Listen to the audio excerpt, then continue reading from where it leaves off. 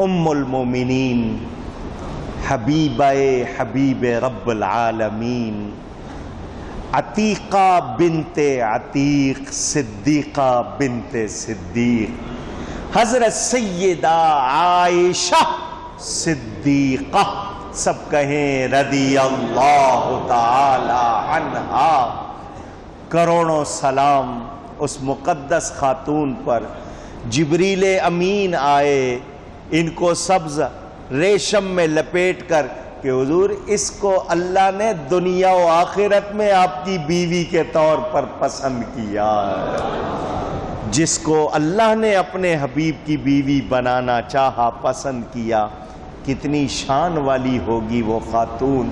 حضور فرماتے ہیں آسیہ اور مریم کو عورتوں پر فضیلت ہے، مگر عائشہ کی فضیلت ایسی جیسے عرب میں تمام کھانوں میں سرید شان والا ہے، عائشہ شان والی ہے۔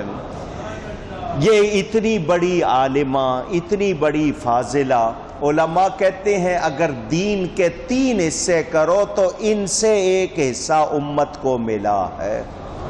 اتنی حدیثیں ان سے مروی۔ یہ جو تیمم کر لیتے ہو، یہ حکم کہاں سے مل گیا؟ یہ حضرت عائشہ کی برکت سے ملا ہے۔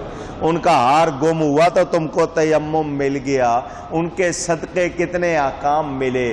یہ وہ ہیں جن کی شان میں 17 آیتیں اللہ نے اتاری ہیں۔ سورہ النور پڑھ لینا قرآن میں، اس میں اللہ تعالیٰ نے ان کی شان میں آیتیں اتاری۔ نبی پاک صلی اللہ علیہ وسلم کو بہت زیادہ پیاری تھی کیونکہ اللہ نے پسند کیا تھا۔ ان کی بڑی شان، بڑا مقام، بڑا مرتبہ۔ حضور صلی اللہ علیہ وسلم کے بعد کتنا عرصہ، تقریباً 50 برس، 58 ہجری میں غالباً وفات ہوئی ہے، تو انہوں نے کتنا امت کو نوازا۔ علماء کہتے ہیں صحابہ بڑے بڑے مسئلے جو ہم سے حل نہیں ہوتے تھے، ہم حضرت عائشہ کے پاس آتے تھے، وہ حل کر دیتی تھی۔ اللہ نے اتنا علم عطا فرمایا تھا۔ شان کتنی ہے، مقام کتنا ہے۔ میرے نبی پاک صلی اللہ علیہ وسلم ان کو ام عبداللہ اور پیار سے حمیرہ فرماتے تھے، سرخ بالوں والی حمیرہ کر کے پیار سے پکارتے تھے۔ نبی پاک صلی اللہ علیہ وسلم نے جب دنیا سے پردہ فرمایا، حضور ان کے حجرے میں تھے۔ انہوں نے نبی پاک کا سر اپنی گود میں لیا ہوا تھا۔ حضور نے مسواک کرنی چاہی تو پہلے انہوں نے مسواک اپنے منہ میں نرم کی، پھر نبی پاک کے منہ میں دی۔ فرماتی ہیں اللہ نے میرے لعاب کو نبی کے لعاب سے جمع کر دیا۔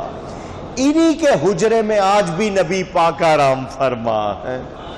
بڑی شان والی خاتون، کروڑوں سلام مومنوں کی اس ماں پر۔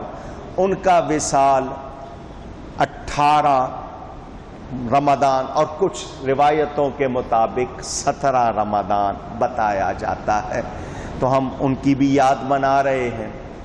اور پھر ذکر آتا ہے اس ہستی کا